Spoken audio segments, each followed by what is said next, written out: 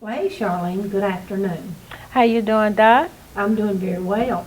Just want to say thank you for being willing to come out and work with us this year. We're glad that you're a part of our candlelight vigil again this year.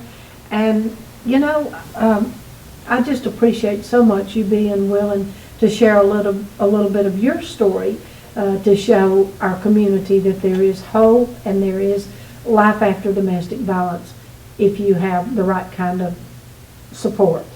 You want to just tell us what stands out the most in your mind about your whole wonderful journey, Charlene? Well, thank you, Doc, for the opportunity to share with you and others.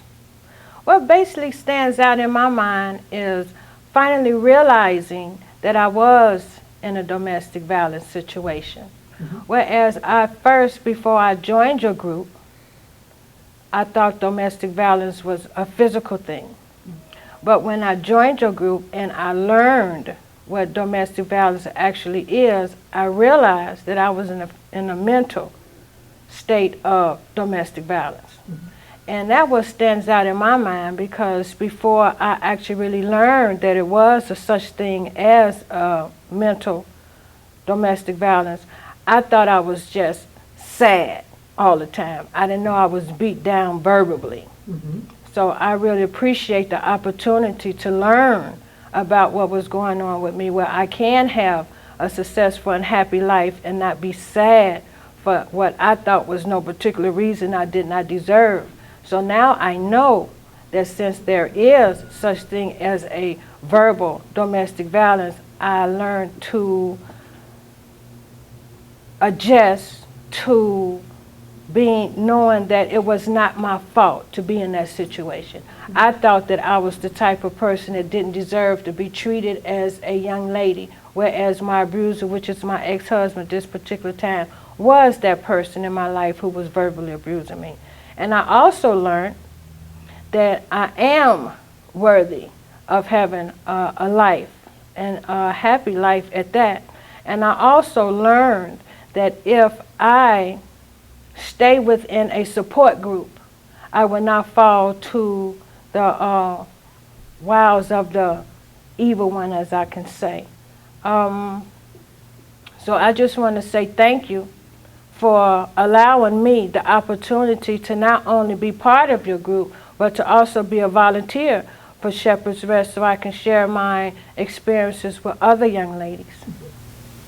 And how did your abuse start, and when did it start for you? Well, I was married for 17 years, so it was okay in the beginning, I thought. But I guess it started at the beginning because when we got married, he said we might as well get married. It wasn't a romantic type like thing, so I guess about us being friends before we got married, it was abusive at that particular time, which I didn't know. So I got into an abusive, verbal abusive marriage. So it started at the beginning. But my bruiser was pretty slick, so he eased it in on me, whereas I didn't actually really know what was happening. And then all of a sudden, it almost got physical on a couple of occasions, so it was sort of like escalating. But I knew the physical part was wrong for me, but I still didn't recognize the mental status of that relationship until I actually really broke away, because I didn't want to fight, and I knew I couldn't beat him, and I didn't want him to hurt me or kill me, because it was coming to that point. So your abuser then just perpetrated the emotional and psychological abuse, and you didn't experience any of the actual physical abuse? Well, as far as the physical abuse, I'm the type of person, you hit me, I'm going to hit you back. So I guess that was the only part why it probably didn't get too physical. So he mostly focused on the mental part of the relationship. And also, I learned during the group that it's also an economical abuse as far as domestic wise go, and he did that part on me also. And as far as I learned in your sessions, that it's also sexual abuse. It's not just physical. So the physical part, I can stand toe to toe, and I probably still end up being hurt. But still, that's why he probably didn't get physical with me. But all the other emotional abusive things he did. Okay. And explain to us what you mean by financial abuse. How did that happen? Well, we started out as paying bills together because we're, husband and wife, and we have to live.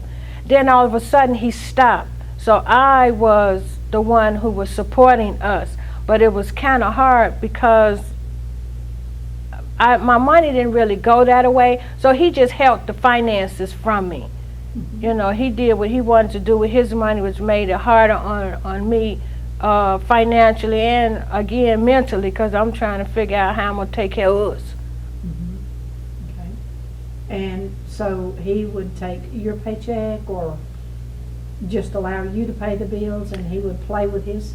Yes, ma'am. Just allow me to pay the bills, and he would just play with his money. Okay. So financially, I got no support, none whatsoever. And how long did that go? That was for the last 8 years of our marriage. Yes, ma'am. And how did it all come to an end for you? I came in from work one day, and it was like, how you could just finally understand something go boom. And I looked, and I didn't like my life. And I knew something wasn't right, and I knew something was wrong. So I'm packing ready to go. And he tried to stop me. And then 911 was called. And then out of my frustration of the way my life was going, I hit him, and they arrested me. And at that particular point, I said, I am not going back. Whatever happens, and I have to fix my life. I don't know how I'm going to do it, but I can't live like this anymore, because it's either he going to kill me or I'm going to kill him. So that's how I broke away. I got arrested for, I feel, protecting myself, but they didn't feel that I was protecting myself at that particular time. Okay. And so when you were arrested, did he step forward to bail you out? Or? No, ma'am. My children, my daughter put her house up. My daughters bailed me out, and from that moment, I went to live with my daughter. I didn't go back to the house because it was unsafe for me. Okay. How long ago was that? 4 years. 4 years ago. Okay. And so, no looking back. No, ma'am. No looking back. Today, I'm a happy young lady. I find joy in the Lord. I found me a Bible-based church. I have a pastor and a church family with support, as well as the support from Shepherd's Rest and the volunteers and the ladies that I meet there. There's no looking back. Once I left, my mind was set. I didn't know how I was going to do it, but I know the Lord would make a way, and He did. Okay. If you could speak to our friends in the community that are just struggling with that sense of something is not right, what do I need to do? What would be the one encouragement that you might offer? I would say to an individual that find themselves in that situation, I say, number one, try to make you an escape plan. Number two, please let someone know what's happening to you and seek help. And it is possible to get away.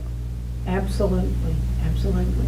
Well, Charlene, we are so glad, again, that you have partnered with us to make this year's Candlelight Vigil a success. We thank you that you have participated the last several years in the Candlelight Vigil and all the support that you lend to our victims in the program at Shepherd's Rest.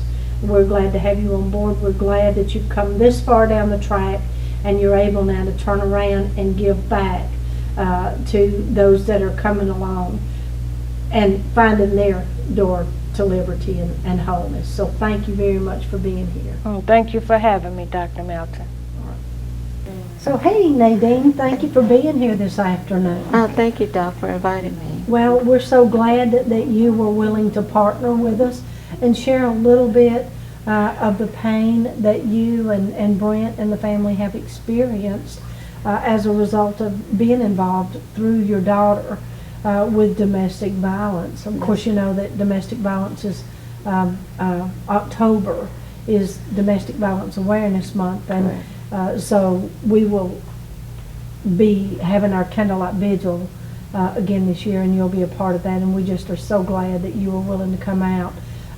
Tell me a little bit about your daughter and how you all discovered that she was involved in a relationship that domestic violence was a part of.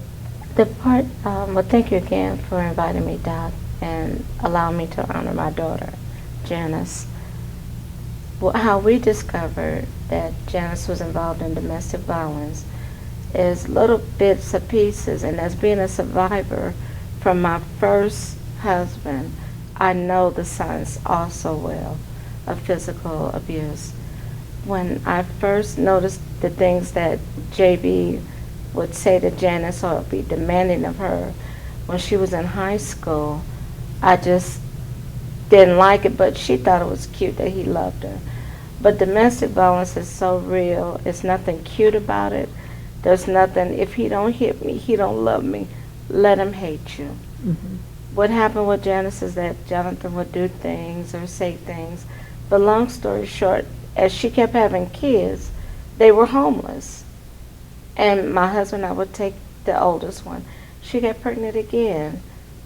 They were still homeless. We took the second boy. The third child was a little girl. He met a woman at Walmart, told her that my mother-in-law won't let me have my wife and baby. So he sold the baby to that woman. I have no clue who she is, where she is, but I just keep praying every day for that little girl. Then when he had Amira, it was another same situation. They moved to Mississippi. I knew James was involved in it, domestic, because when I would talk on the phone, he would cuss and all of that, and she would be crying, asking me to send her money because a newborn, he took the formula and would go sell it so they could mix it with crack. So the Janice is down there feeding a newborn.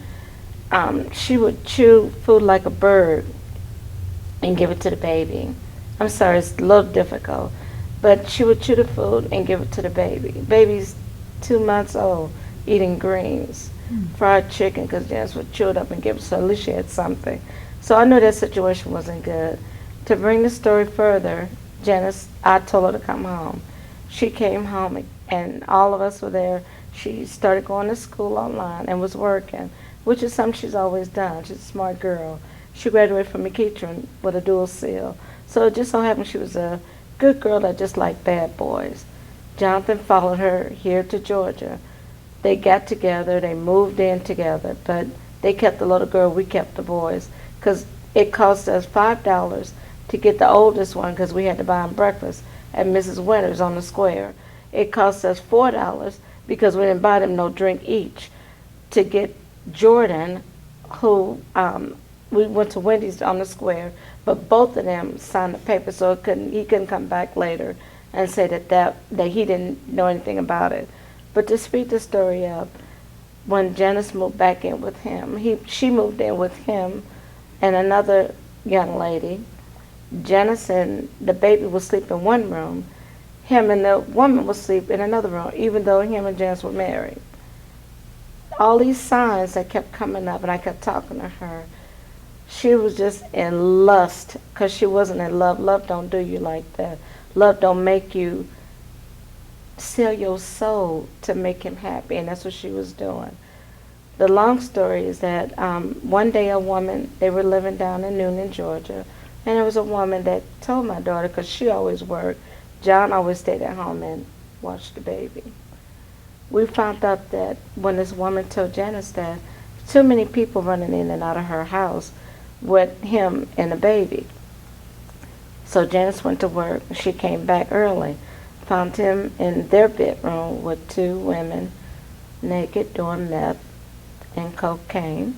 She went to her room where the baby was, and it was a transvestite having a 3-year-old commit oral sex on him. Janice says she knocked him out. She grabbed the baby. She came, called me and asked me to meet her. I met her in Jonesboro. That was our halfway point. She told me, Mom, I know, because I was working with the police department. She said, Mom, I know you're going to find out, but do what you have to do. I said, no worries, I will. I left there, took the baby straight to Children's Hospital, where they examined her and found out that she had been orally abused, sexually orally abused. But thank God she wasn't penetrated. With that, she had the worst smell of a urinary tract infection on a 3-year-old. I had to pay $20 extra a week to put in a daycare so they can deal with the smell on top of the $145 a week that we paid. They didn't offer anything. So a month or two later, when Janice and Jonathan were served with papers for us to take guardianship of her, he said that he wanted his baby back. And I said, that's not going to happen. So he got on the phone and told me personally, he said, okay, I tell you what, since you took my little girl, I'm going to take your little girl. And I just said, whatever. I didn't think nothing of it. I just thought he was blowing off some steam. You couldn't get high again off of a mirror. When we first got a mirror would talk, but you couldn't understand the words she said. Her hair was matted to her head. When I took her to the hospital, they found out that she had a bad urinary tract infection. The urinary tract infection was so bad that they had to use an ultrasound on her. And I'm over 50 years old. I never had that done on me ever. But this 3-year-old little girl did. So getting back to the story about custody, we had the court date. Neither one of them showed up. The attorney called and they said, well, just make it in January and we'll both be there by then. The next phone call I got from Janice, Khalil's birthday is on November 27th. I got a phone call from Janice, but we were out to dinner for Thanksgiving Day. When I got back, I tried to call the number she did, but I didn't get an answer. The next call, I got a message from her, so we got that message. The next call I received was on December 3rd from one of JB's friends, because he's never allowed to call, the kids are never allowed to call him Daddy. They have to call him JB, his initials. We got a phone call. I got a phone call saying my daughter was gone. I said, oh, she must be in jail. That's what I thought. And when I pulled her, I said, let me call you back. I'll call them back when I got home. He said, Janice is dead. And I said, what you mean Janice is dead? He said, Miss Nadine, I'm sorry to tell you, but it's been too long. I said, what you mean it's too long? He said, she's been dead for 3 days. I'm a mother, and at the time, I was a professional. I put my mommy heart aside. I went down at Noonan, my husband and I seen the crime scene.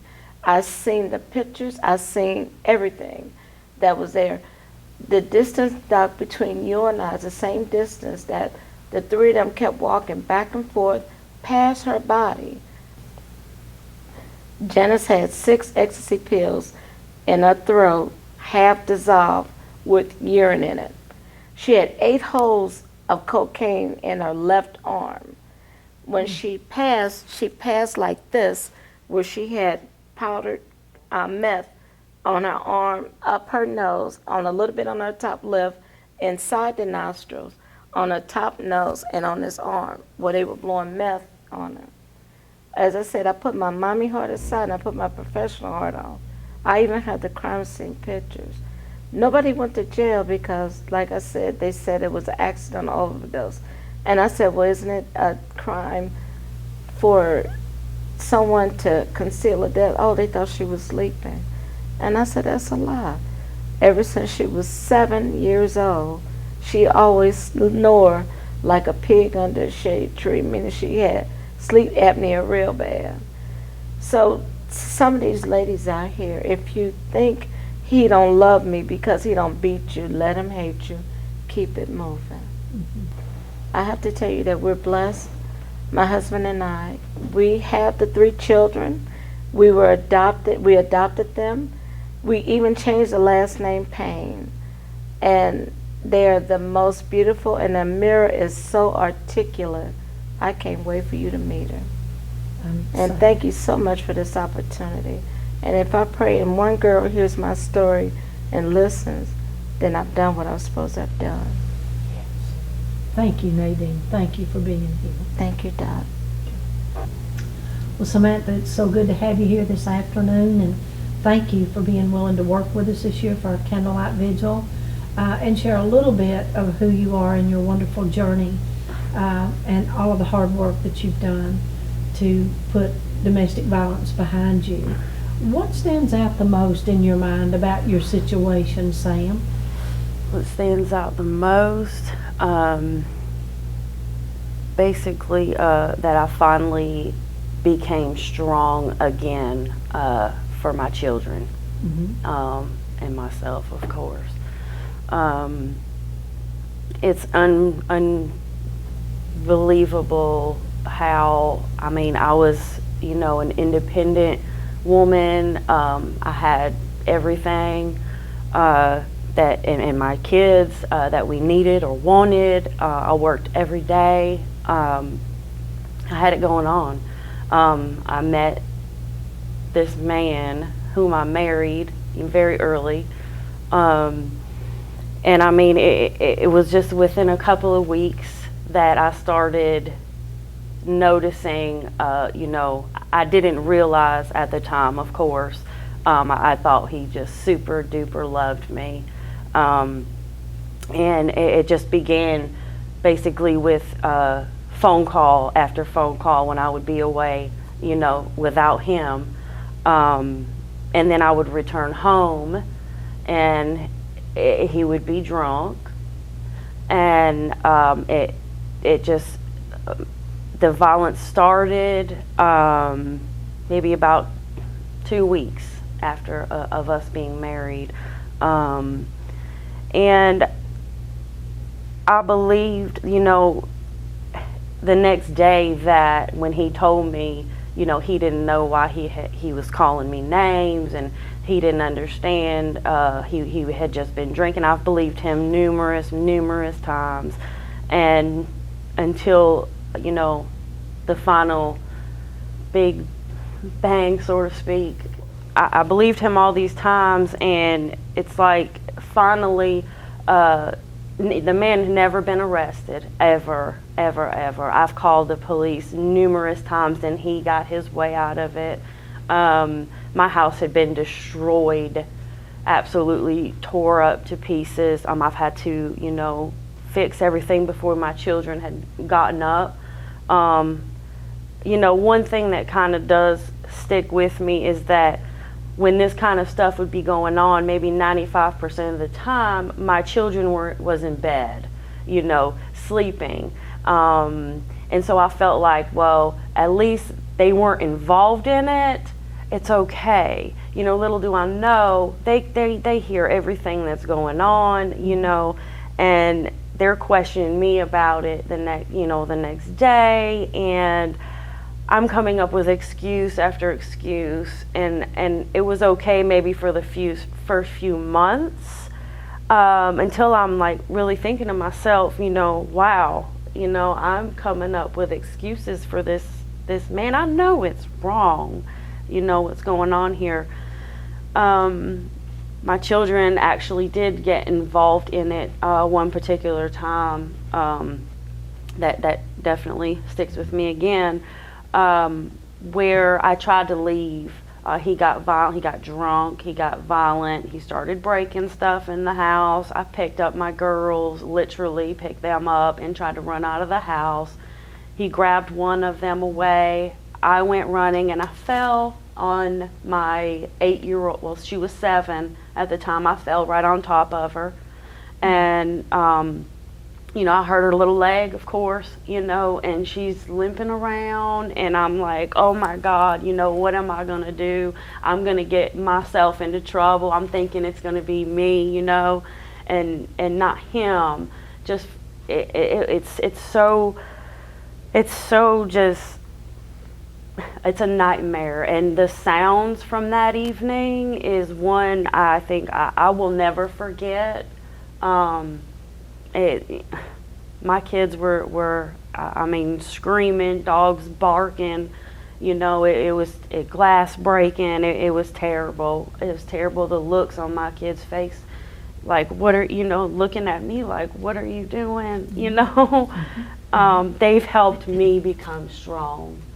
those little girls have. Wow. Yeah.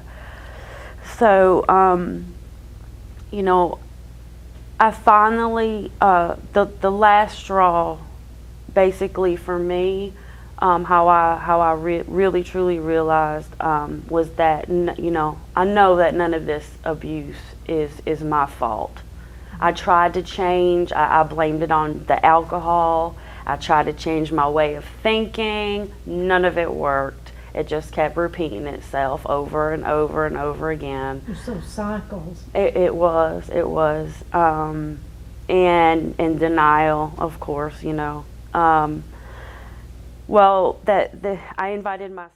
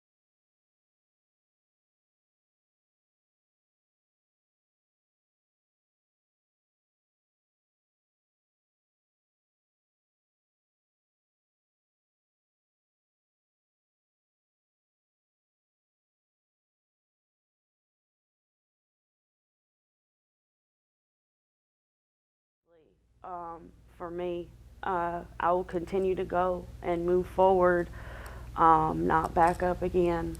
I, you know, we're so happy. It's so much lighter now. But my advice to other women, I know it's hard, it's tough. It happened so fast for me. Took me right out from underneath. I mean, didn't even see it coming, you know. But you can change it, and it's definitely not your fault. None of the abuse. And what advice would you give other individuals who may find themselves in this kind of a situation, Samantha? Right, just get out. I mean, as soon as you can. Again, it's hard. You know, it's very hard. But you know, as soon as you start seeing, start making moves, as soon as you start seeing these signs that, you know, we're talking about, just start making moves to get out, because they're not going to change. And I was number one excuse woman, and I just knew he would, and he didn't, and they don't. And for yourself, just get out.